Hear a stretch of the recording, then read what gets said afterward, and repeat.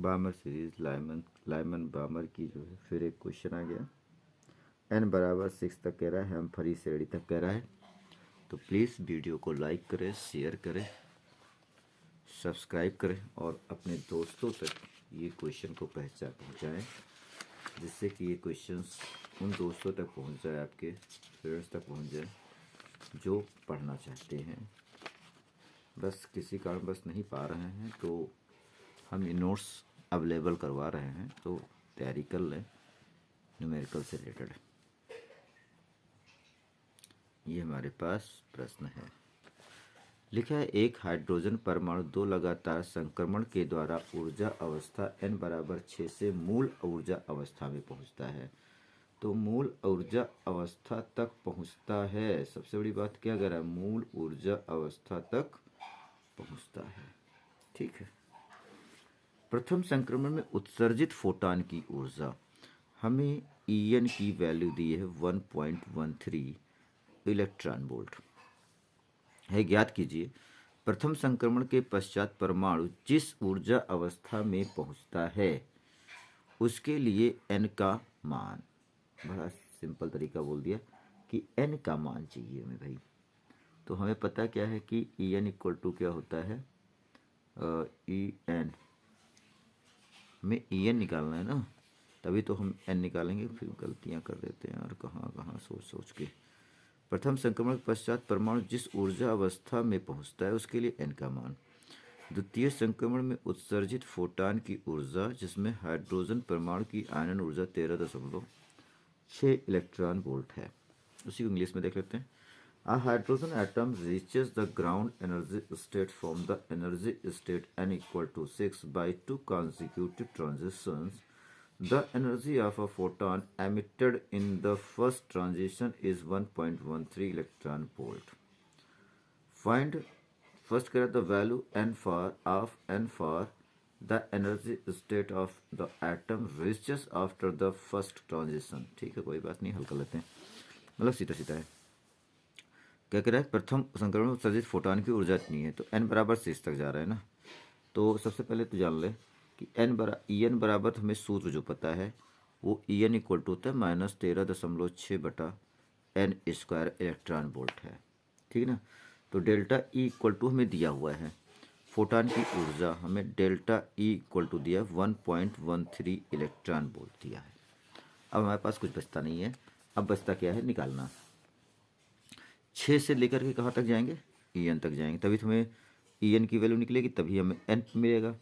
तो सबसे पहले तुम क्या करते हैं कि डेल्टा E, तो ये लिखेंगे E6 minus En equal to 1.13 electron volt. तो इसको इधर लाएं, इसको उधर ले जाएं, तो En इक्वल टू,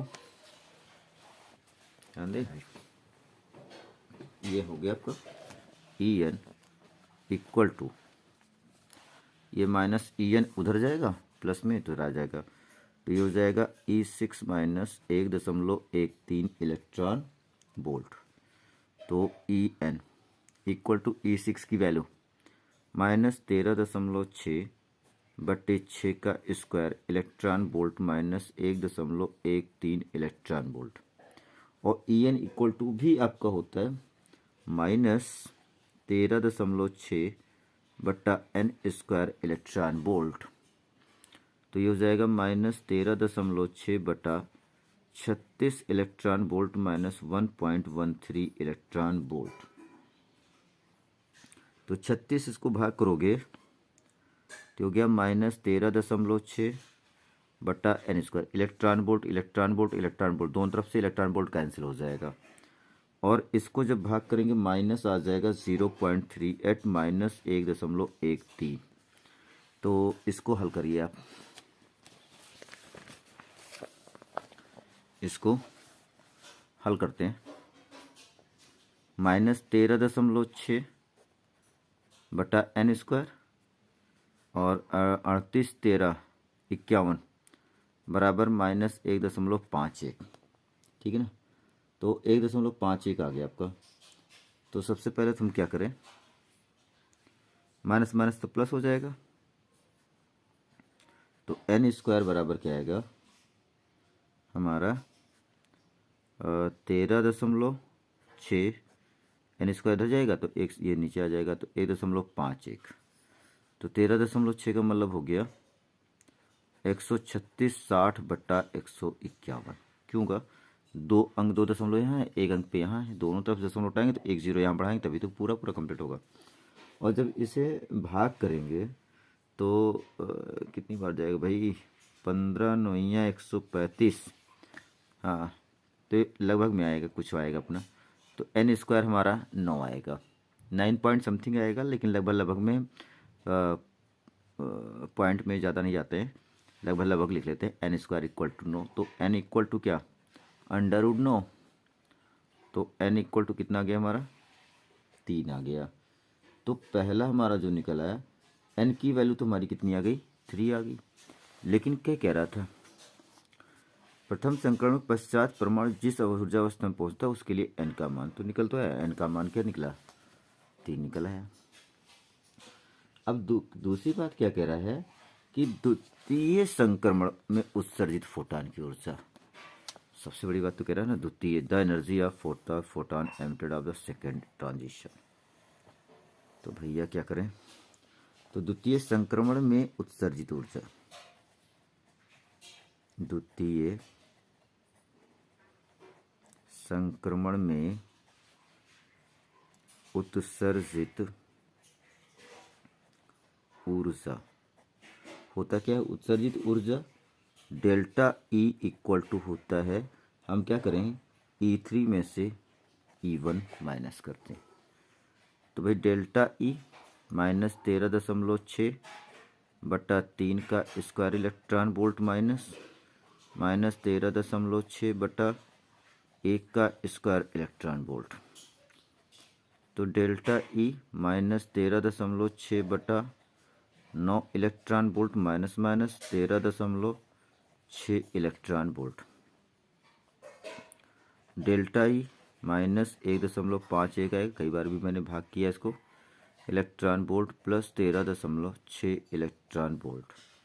यदि इसको यहाँ पे स्टार्ट कर लेते हैं तो आपको पता है ना, डेल्टा ई 10 में से गया 9, 5 में से 5 गया 0, 13 में से गया 12, 12.09 इलेक्ट्रॉन वोल्ट। क्या निकल के हमारा 12.909 इलेक्ट्रॉन वोल्ट आएगा। और इस तरह से द्वितीय संक्रमण में जो उत्सर्जित ऊर्जा आएगी वो डेल्टा ई इक्वल टू क्या आएगी, 12.09 इलेक्ट्रॉन वोल्ट। कह भी रहा था the energy of the photon emitted in the second transition, आपका आ गया आपका 12.09 इलेक्ट्रॉन वोल्ट। इसी के एवरेज में एक क्वेश्चन और इससे देख लेते हैं, फिर उसके बाद तो सबसे बड़ी बात तो क्या है कि आप हमारे वीडियो को लाइक शेयर और सब्सक्राइब ज़रूर करें। सब्सक्राइब करते हो तो बेल आइकन की घंटी दबाना ना भूलें, और भूल जाते तो कोई बात ही नहीं है, वैसे भूलना नहीं है। तो जाहिर सी बात है कि आप मेरा सपोर्ट करें, हम आपका लगातार पेपर में सपोर्ट करते रहेंगे, पढ़ाई से रिलेटेड न्यूमेरिकल ऐसे इम्पोर्टेंट महत्वपूर्ण जो है आंकिक प्रश्न लेकर आएंगे और उन्हें हम पूरी तरह से कैलकुलेट करेंगे। लिखा है यदि किसी उत्तेजित हाइड्रोजन परमाणु के इलेक्ट्रॉन की ऊर्जा -13.4 इलेक्ट्रॉन वोल्ट है, तो क्या कह रहा है, तो आप तो पहले ही तो जानते ही हो En इक्वल टू होता है -13.6/n² इलेक्ट्रॉन वोल्ट। तो हाइड्रोजन परमाणु के इलेक्ट्रॉन की ऊर्जा यानी उत्तेजित इलेक्ट्रॉन की ऊर्जा हमें दी है -3.4 इलेक्ट्रॉन वोल्ट दिया हुआ है। तो सबसे पहले तो क्या कह रहा है कि दिया तो इलेक्ट्रॉन का कोणीय संवेग, को कोई बात नहीं कर रहे थे, दिया है हाइड्रोजन परमाणु की 9वीं कक्षा में इलेक्ट्रॉन की ऊर्जा, ये तो मैंने लिखी थी, तथा H की वैल्यू 6.6 × 10⁻34 जूल सेकंड होता ही है।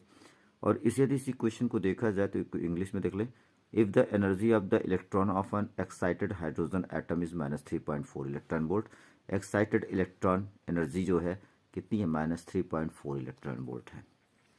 तो ये भी कह रहा है कि find the angular momentum of the electron, तो कह रहा है कि इसका भी कोणीय संवेग ज्ञात कीजिए। अब हमें क्या पता है कि अकॉर्डिंग टू क्वेश्चन -13.6 बटा n² इलेक्ट्रॉन वोल्ट बराबर कितना दिया भाई, -3.4 इलेक्ट्रॉन। उत्तेजित जो इलेक्ट्रॉन की ऊर्जा वो क्या है, इसके बराबर है, तो यानी En बराबर, तो EV से EV तो कैंसिल, माइनस से माइनस कैंसिल हो जाएगा, ये माइनस कैंसिल। आगे कितना 13.6 बटा n² बराबर 3.4, n² इधर कर दो, n² बराबर 13.6 बटा 3.4, तो दशमलव हटा दीजिए, n² बराबर 136 बटा 34, तो 34 चौका n² बराबर 4, तो n बराबर √4, तो n बराबर कितना गया 2। लेकिन क्या कह रहा है, इलेक्ट्रॉन का कोणीय संवेग, तो n बराबर तुम्हारा 2 आ ही गया, तो कोणीय संवेग बराबर क्या होता है, J बराबर होता है NH/2π। क्या कह रहा है, कोणीय संवेग निकालने के लिए कह रहा है ना, कोणीय संवेग को हम लोग कहते हैं J इक्वल टू होता है NH/2π, ठीक ना। तो J, N की वैल्यू हमने 2 निकाली, H की वैल्यू 6.6 × 10⁻⁻⁴ जूल सेकंड दिया ही था, 2 × पाई का मान 3.14, तो J बराबर 2 × 12, 2 × 12 = 13, 132, या एक और भी काम कर सकते थे, हमने थोड़ा सा रॉन्ग मैटर मार दिया, 2 से 2 कैंसिल कर दो। सबसे पहले 2 दशमलव, यहाँ पे 2 अंक पे दशमलव, यहाँ पे 1 में दशमलव, तो इसको हम लिख सकते हैं 660 बटे 314 × 10⁻⁴ लिख सकते हैं ना। तो 364 का पहाड़ पड़े, 660 से ज़्यादा ना हो, भाग कर दीजिए, तो हम 2 बार जा सकते हैं, 2 चौके 8, 2 कम 2, 2 3 6, 14 28, हाँ, तो लगभग हमारा जो इसका हमने पहले भाग करके रखा है, तो इसका जो वैल्यू आएगा 2.1019 इंटू 10⁻⁻34 कोणीय संवेग का मात्रक होता है, जूल सेकंड होता है। देख लो भाई, क्या करें भाई, अब क्वेश्चन है, देख लो 314 से इसको भाग किया तो ये वाला पोर्शन आया है, तो एक बार भाग करके चेक कर ले, वैसे हमने भाग किया है तो जाहिर सी बात है क्वेश्चन आता था। और ये जितना क्वेश्चन है हम आपको इम्पोर्टेंट ही बता रहे हैं, एकदम फिक्स।